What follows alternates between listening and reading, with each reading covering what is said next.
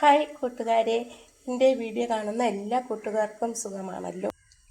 ഞാനിന്നിവിടെ പഴുത്ത ചക്ക കൊണ്ടുള്ള ഒരു ഡിഷാണ് തയ്യാറാക്കിയിരിക്കുന്നത്. ഇത് രാവിലെ ബ്രേക്ക്ഫാസ്റ്റ് കഴിക്കാനായിട്ട് കറിയൊന്നും വേണ്ട, വൈകിട്ട് ചായയുടെ കൂടെ കഴിക്കാനും ഇത് മതിയാകും. ഇത് നല്ല ടേസ്റ്റാണ്, ഹെൽത്തിയാണ്. ചക്ക കൊണ്ടുള്ള ഡിഷ് തയ്യാറാക്കാനായിട്ട് നല്ല പഴുത്ത ചക്കയാണ് എടുത്തിരിക്കുന്നത്. ഇത് വരിക്ക ചക്കയാണ്. ഇതിൻ്റെ കുരുകൊക്കെ കളഞ്ഞിട്ട് ചെറുതായിട്ട് അരിഞ്ഞ് മിക്സിയിലേക്ക് ഇടാം. അരഞ്ഞ് കിട്ടാൻ വേണ്ടിയാണ് ചെറുതായിട്ട് അരിഞ്ഞിട്ടത്. ഇതിലേക്ക് 1 കപ്പ് തേങ്ങ ചുരണ്ടിയത് ഇട്ട് കൊടുക്കാം. 2-3 ഏലക്കയും കൂടി ഇട്ട് നന്നായിട്ട് അരച്ചെടുക്കാം. 1 കപ്പ് ഗോതമ്പ് പൊടി ഒരു പാത്രത്തിലേക്ക് ഇട്ട് കൊടുക്കാം.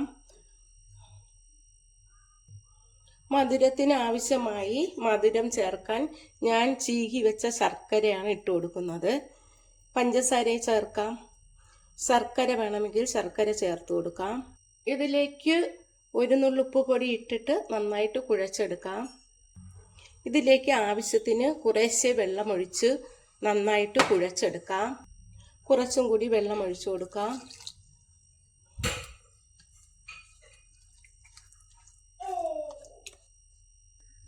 ഇപ്പോൾ നന്നായിട്ട് കുഴഞ്ഞു. ഇതിലേക്ക് നമുക്ക് അരച്ച് വെച്ചിരിക്കുന്ന ചക്കയും തേങ്ങയും അതിൻ്റെ കൂട്ട് ചേർത്ത് കൊടുക്കാം.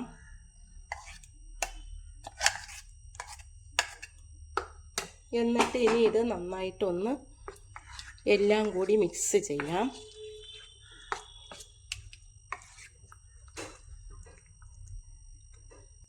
ഇതിലേക്ക് ആവശ്യത്തിന് നെയ്യ് കൂടി ഒഴിച്ചു കൊടുക്കാം. എന്നിട്ട് ഇത് എല്ലാം കൂടി ഒന്ന് നന്നായി മിക്സ് ചെയ്തെടുക്കാം. ഇതിപ്പോൾ നന്നായി മിക്സായി. വരിക്കച്ചക്കയുടെ ചുളയാണ് എടുത്തത്. ഇത് വീട്ടിലെ വരിക്കച്ചക്കയാണ്. ഇനി ഒരു പാൻ അടുപ്പിൽ വെച്ച് ചൂടാകുമ്പോൾ എണ്ണ ഒഴിച്ചു കൊടുക്കാം. എന്നിട്ട് ഇതിലേക്ക് ഓരോ സ്പൂൺ മാവ് വീതം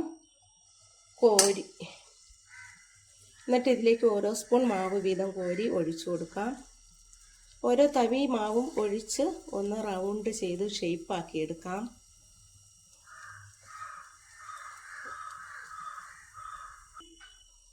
ഇനി ഇത് നമുക്ക് മറിച്ചിട്ട് കൊടുക്കാം.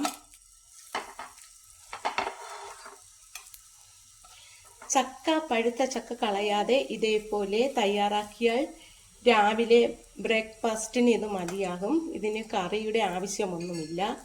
വൈകിട്ട് 4 മണിക്ക് ചായയ്ക്ക് ഇത് മതിയാകും കഴിക്കാനായിട്ട്.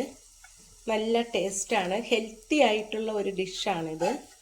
ഇത് നമുക്കിതേപോലെ തിരിച്ചും മറിച്ചും ഇട്ട് നല്ല മുരിയിച്ചെടുക്കാം.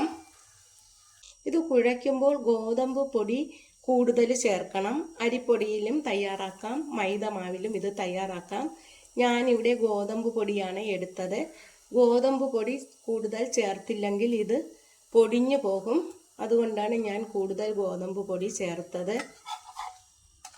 ഇത് നമുക്ക് ഓരോന്നായിട്ട് ഇതുപോലെ ചുട്ടെടുക്കാം.